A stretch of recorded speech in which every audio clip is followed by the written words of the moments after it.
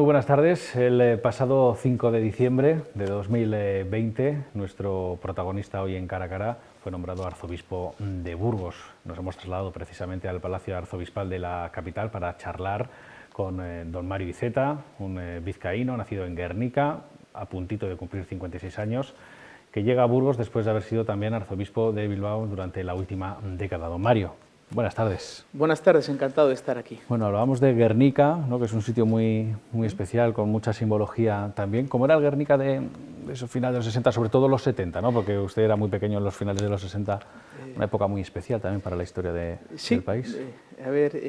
Recuerdo una infancia luminosa, una infancia feliz, con mis amigos de la infancia, con el mar cerca, la playa los veranos.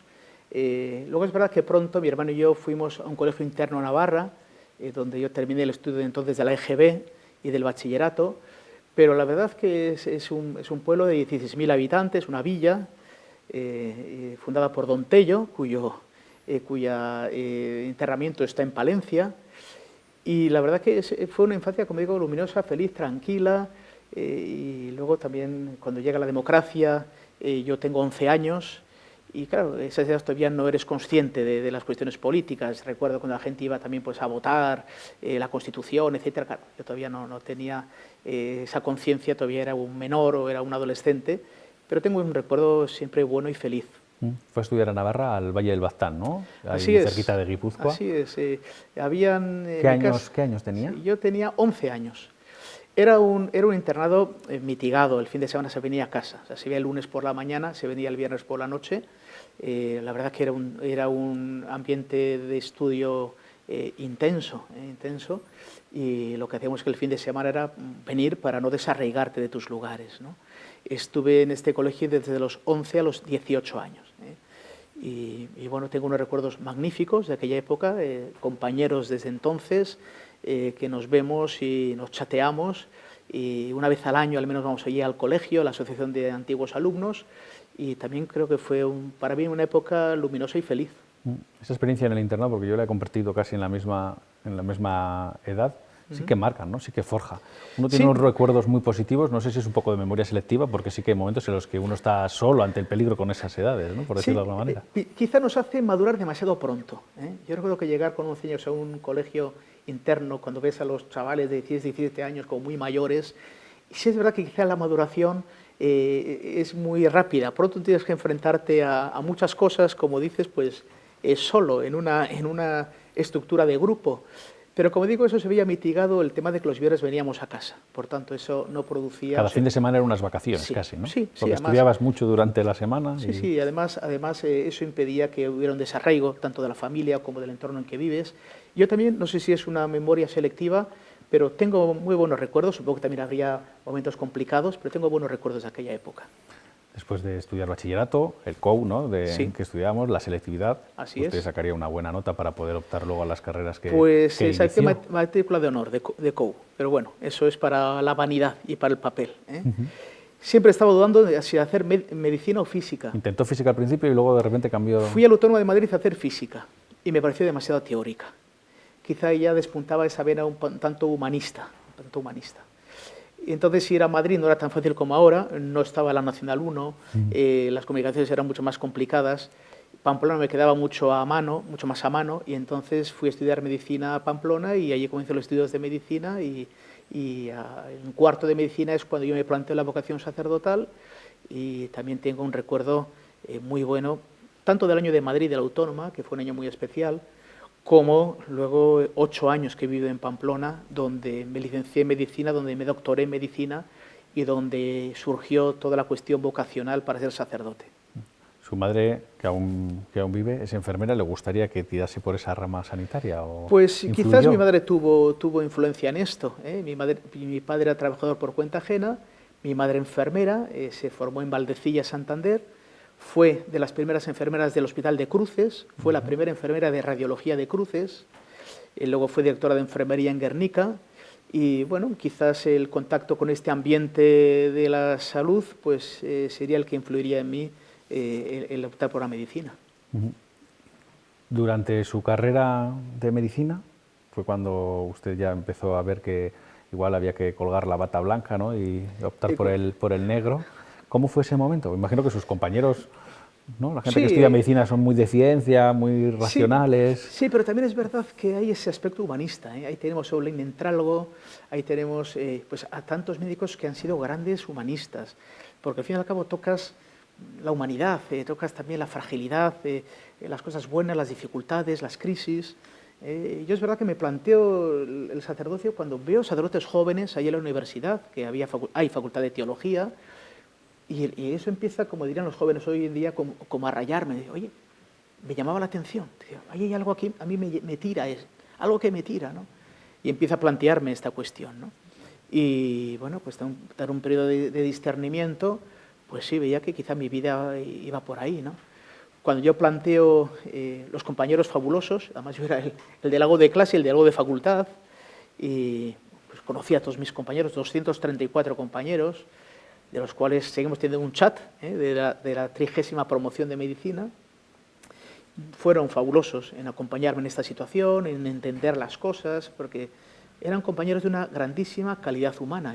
A veces me dicen que hay en facultades donde la gente es como muy competitiva, ¿no? Entonces no se prestan los apuntes, ahí era justo todo lo contrario. Nos prestábamos los apuntes, nos ayudábamos a estudiar, quedábamos en 1000 cosas.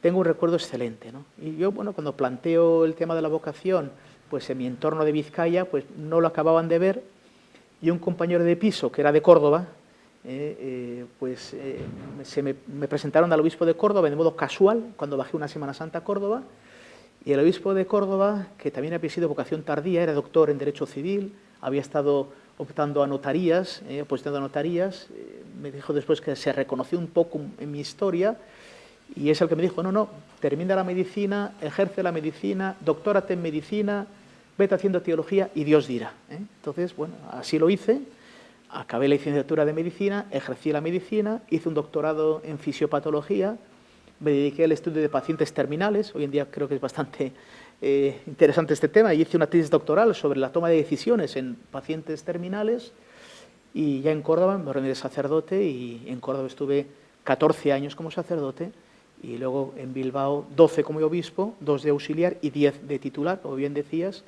y bueno, es así un poco a grandes pinceladas los periodos un poco de mi vida. Luego iremos a Córdoba. En ese momento final en el que simultaneaba dos carreras, medicina, que ya de por sí es unos estudios complicados que hay que dedicarles trabajo, teología, que son dos, no sé, las ciencias, un poco la filosofía.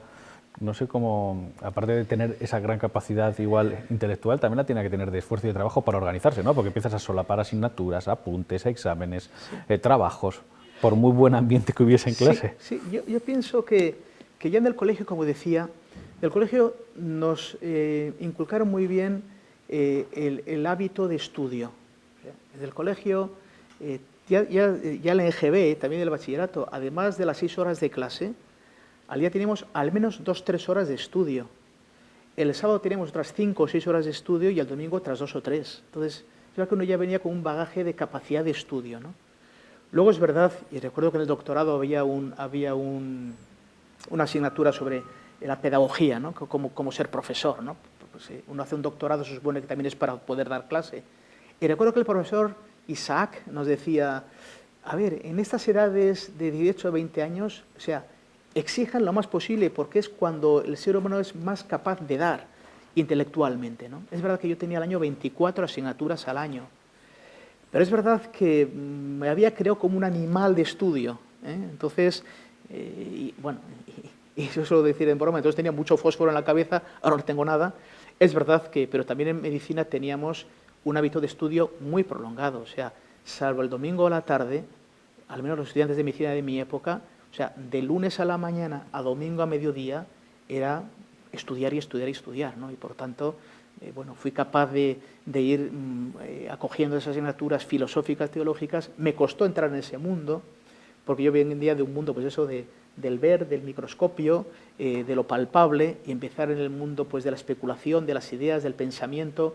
No me fue fácil, pero pienso que también esto se debe a los profesores. Pienso que un profesor es buen profesor cuando es capaz de apasionar al alumno en una asignatura, aunque sea compleja, ¿no?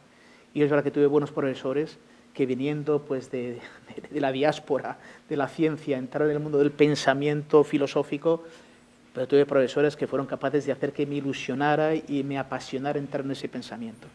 En su caso, ciencia y fe no son antagónicas. Es que es una cuestión que a mí siempre me llama la atención, que curiosamente, y sobre todo en España, ¿no? O sea, es decir, démonos cuenta que, por ejemplo, el patrono de los científicos es un dominico, San Alberto Magno. Además lo digo porque un burgalés va a celebrar este año el 800 aniversario de fallecimiento, que es Santo Domingo de Guzmán. Quien descubre las leyes de la genética es Mendel, un agustino. Entonces, grandes científicos no han visto que sean incompatibles, sino todo lo contrario, ¿no? Cada disciplina del pensamiento tiene su ámbito, tiene su hermenéutica y tiene su campo de actuación, así como la Biblia no es un libro científico, pues no sé, examinar el ADN no es un libro teológico, ¿no? Son aproximaciones de diversos ángulos de penetrar en la realidad, que no son antagónicas, sino que se van completando, ¿no? En mi caso, yo soy una persona creyente, normal, creyente normalita, somos una familia católica en casa, donde se ha vivido la fe como algo natural, como el que tiene la luz y respira, pues también tiene la fe, y por tanto en mi casa y en mi caso nunca he visto una incompatibilidad, sino al contrario, o sea, disponer de más luces para penetrar en la realidad que es tan multiforme y tan rica, ¿no? O sea, pienso que no hay no existe esa contradicción entre fe y razón, entre fe y ciencia, ¿no? Lo que pasa es que hay que saber cada ámbito qué parte de la realidad ilumina de alguna manera, ¿no? ¿Una vocación tardía es una vocación más reflexionada? Yo pienso que Dios llama cuando quiere y como quiere. O sea, la vocación es eso, es una llamada que alguien percibe en cada momento, ¿no? Yo no pienso que sea más o menos reflexionada. Es verdad que quizá tienes más andada la vida en el mundo civil, quizá pues has tenido acceso a un conocimiento pues en primera persona. Por ejemplo, yo me acuerdo que el obispo de Córdoba me decía, es que será muy interesante que cuando tú hables de bioética has sido alguien que ya ha ejercido la medicina, ¿no? Por tanto, el modo de hablar es distinto, porque tú ya sabes lo que es tratar a un enfermo, ya sabes lo que necesita un enfermo, sabes qué es un pronóstico, qué es un tratamiento, qué son los efectos secundarios, lo has trabajado, lo has vivido, ¿no? Por tanto, si te llegas al mundo de la bioética o al mundo de la moral aplicada a la medicina, pues es un conocimiento por experiencia, ¿no? Que siempre es más rico, más profundo, ¿no? Entonces, bueno, yo pienso que las vocaciones tardías quizá puedan tener este plus de bueno, una vida laical más larga vivida y, por tanto, quizás conocer en primera persona y de primera experiencia pues aspectos de la vida de los jóvenes. Sí, porque usted tuvo hasta sus amores, ¿no? Sus novias, tendría también, ¿no? Pues sí, pues una persona con la que ya había un cierto recorrido y tampoco fue fácil plantear el decir, de hecho, esta persona, ella dio el paso, decir qué es lo que pasa aquí, ¿no? Porque yo quizás tampoco sabía muy bien cómo expresar estas cosas, ¿no? Pero sí, también es una experiencia que te hace ver y que te hace crecer en estos ámbitos que son fundamentales para la vida de las personas, claro. Si hubiera seguido don Mario por la medicina, ¿qué especialidad? Traumatólogo, tiene claro que ser traumatólogo. Además, estuve de alumno interno en el departamento de traumatología, yo a día de hoy pues estaría dando martillazos en las rodillas. Son un poco mecánicos, meniscos, ¿no? Los traumatólogos son un poco pues mecánicos. Sí, estaría con mi kit de mecánica y mi serrucho y mis tornillos, pues me apasionaba. Yo además durante muchos años fui voluntario en la Cruz Roja y en la DIA, y la verdad, pues claro, cuando ibas a accidentes de tráfico y veías pues las personas, pues por así decirlo, tan machacadas en un accidente, pues cómo recomponerlas, a ver, hablando con respeto, ¿no? Con cariño, ¿no? Pero decir, para que se entienda, me llamaba la atención, ¿no? Entonces, sí, yo creo que me sigue apasionando la medicina, sigo leyendo cosas de medicina, tengo contacto con mis compañeros de medicina, voy a algunos congresos, leo cosas para estar al día y es un mundo que me sigue apasionando y quizás hoy en día hubiera sido pues traumatólogo en algún hospital. Sí. Igual es más fácil curar huesos rotos que almas rotas. No, porque las almas las cura Dios. Y los huesos los cura el propio organismo. Nosotros lo que hacemos es poner las condiciones para que el organismo, él, se sane. Por ejemplo, un hueso roto, hablando así pronto y mal, tú lo fijas y el organismo se lo reconstruye, ¿no? El caso de las almas, pues es Dios el médico, ¿eh? Entonces nosotros somos los clavos. Pobres, los pobres sí, los clavos, y los pobres, bueno, los instrumentistas de Dios, ¿eh? Hablaba de bioética, ética en la medicina, que es su doctorado, quizá un tema que está más en boga que nunca, ¿no? Sí, ahora estamos con la cuestión del fin de la vida, del mundo del sufrimiento, y bueno, creo que ya tenemos varios documentos, en la Conferencia Episcopal hemos hablado de que ante el dolor, ante el sufrimiento, ante la soledad, ante la crisis que produce una enfermedad, que la produce no solo en el enfermo, también en la familia, hay caminos que podemos explorar, ¿no? El tema del sufrimiento es más complicado de manejar, porque el sufrimiento, dicho de modo así coloquial, no se maneja con pastillas, ¿no? Una persona pues, puede sufrir pues, de soledad, de desencanto, de fracaso, de falta de visión de futuro, de falta de esperanza. Ahí requiere más la implicación humana, y no valen tanto las pastillas, ¿no? Sino cómo esa persona aliviarle el sufrimiento, que puede encontrar un sentido a lo que vive, ¿no? Y como decía antes, y no solo al enfermo, yo suelo decir que cuando enferma una persona, en el fondo enferma toda la familia, ¿no? Toda la familia se pone en combate, no sé, de repente dice, oye, han ingresado a tu madre, a tu padre en el hospital, ¿no? Y pues, ¿quién va a estar con él? Y los niños, ¿quién los va a llevar al colegio? ¿Y qué necesitará? ¿Y quién va a pasar la noche? Y bueno, además, si es la persona que trae un dinero a casa que es necesario, ¿qué pasa ahora si no hay ese ingreso? Bien, entonces yo pienso que es donde tenemos que poner en marcha todo el arsenal de ayuda, personal, familiar, psicológica, hasta en temas de económicos muchas veces, si una persona no tiene ingresos, ¿no? Bien, pero pienso que una sociedad que quiere decirse madura, adulta, humana, cuidadosa, sostenible, tenemos elementos para que a quien se enfrenta ante un drama, ante una crisis grave de salud de otro tipo, creo que tenemos y debemos tener elementos para poder acompañarla, sostenerla y que vea el futuro con esperanza. Hablaba de la economía, importante, del dinero. Usted es máster en economía. Hay poca cosa más mundana casi que el dinero, ¿no? Sí, pero también dicen que el Evangelio, Judas llevaba la bolsa, ¿eh? Aunque San Juan le da caña a Judas, ¿eh? Es decir, tampoco tenemos que ser ingenuos, es decir, del mundo pues necesitamos elementos para vivir, ¿eh? Lo que está claro es que el centro no debe ser el dinero, deben ser las personas.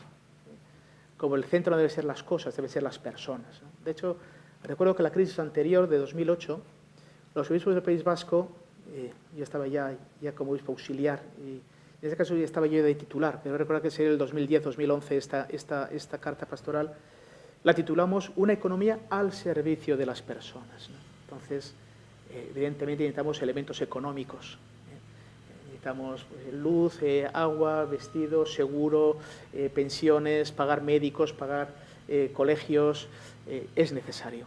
Pero la cuestión económica debe estar siempre en la perspectiva y en función de la dignidad humana, de las familias, de las sociedades, de las comunidades, ¿no? No es un fin en sí mismo.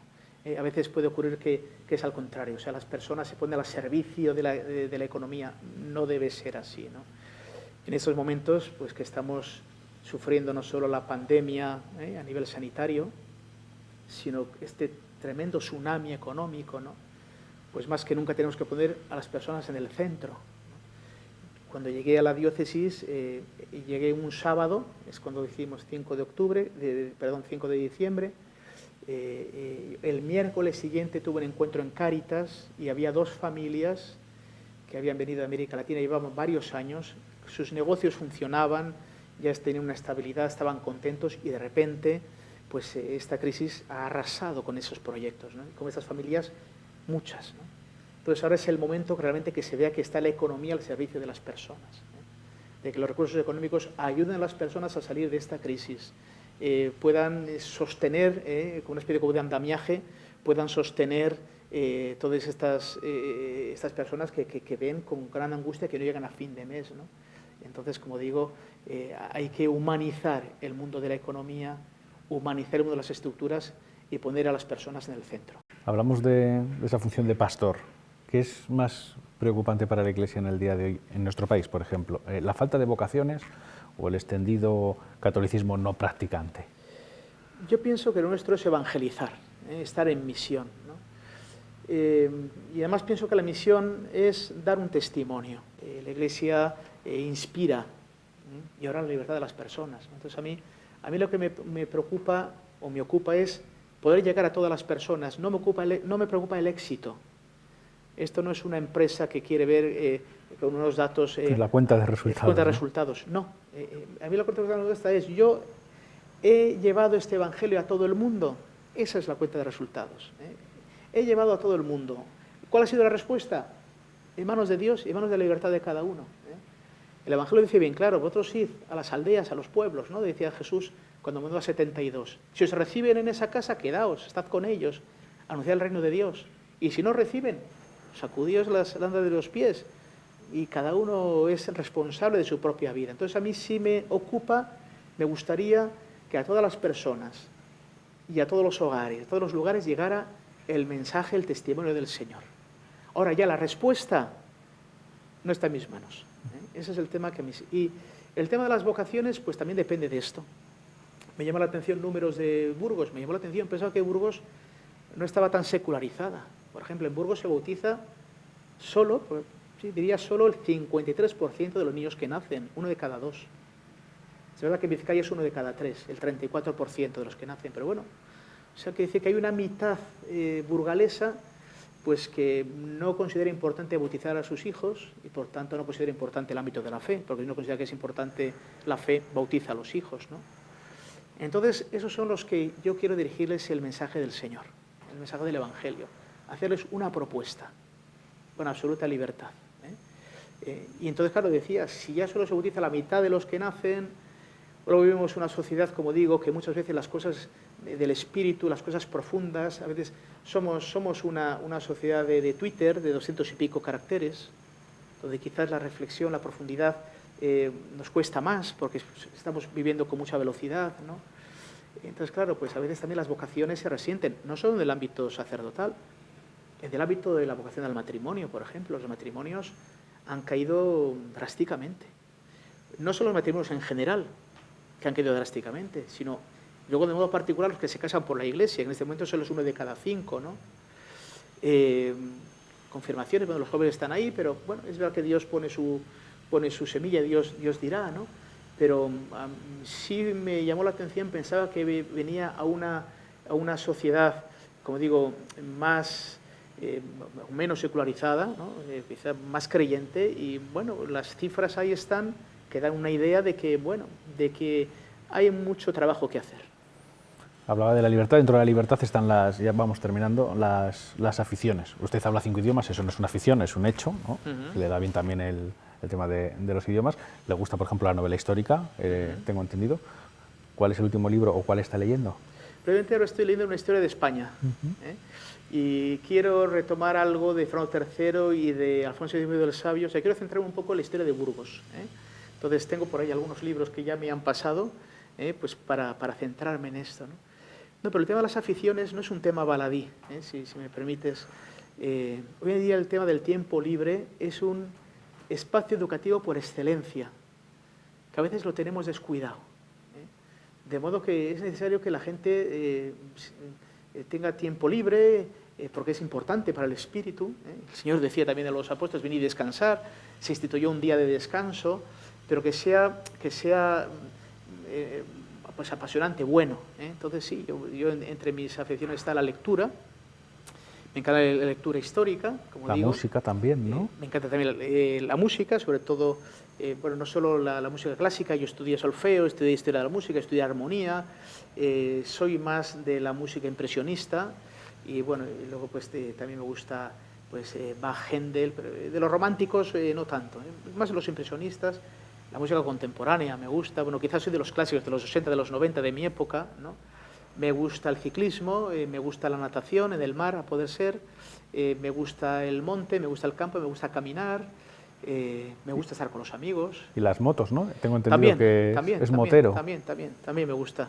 Ya de joven tenía una Yamaha y bueno, pues mi hermano me presta, tiene una Harley, cuando pues bueno, pues hay que hacer quizás con amigos moteros de Bilbao, ya tenemos organizado las que vengan a rutas, Burgos. ¿no? Se pueden hacer muy buenas rutas en la provincia de Burgos. Ya iré conociendo alguna ruta, pues para también, pues en verano, algún día. La verdad que aquí hace un poquito más de frío, hay que ir más abrigado, pero sobre todo hacer cosas juntos con otras personas. Estar juntos creo que es muy importante, ¿no? Y es un modo bueno del ocio, ¿no? Hacer cosas conjuntamente con otros. Y por eso también el tema de la moto, no solo que tú vas en tu moto, sino vamos un grupo de gente en moto, ¿no? Don Mario Iceta, arzobispo de Burgos, ha sido un placer charlar estos minutos con usted. Mucha suerte en su labor, que no tiene pinta de ser fácil tampoco ser arzobispo, ¿eh? Bueno, yo siempre digo en andaluz, al de arriba, que el cortijo es tuyo, ¿eh? Así que ayúdame. Muchísimas gracias. A ti, gracias. Nosotros no tenemos tiempo para más. Regresaremos en breve aquí en su casa, en la 8 Burgos, con un nuevo Cara a Cara. Buenas tardes.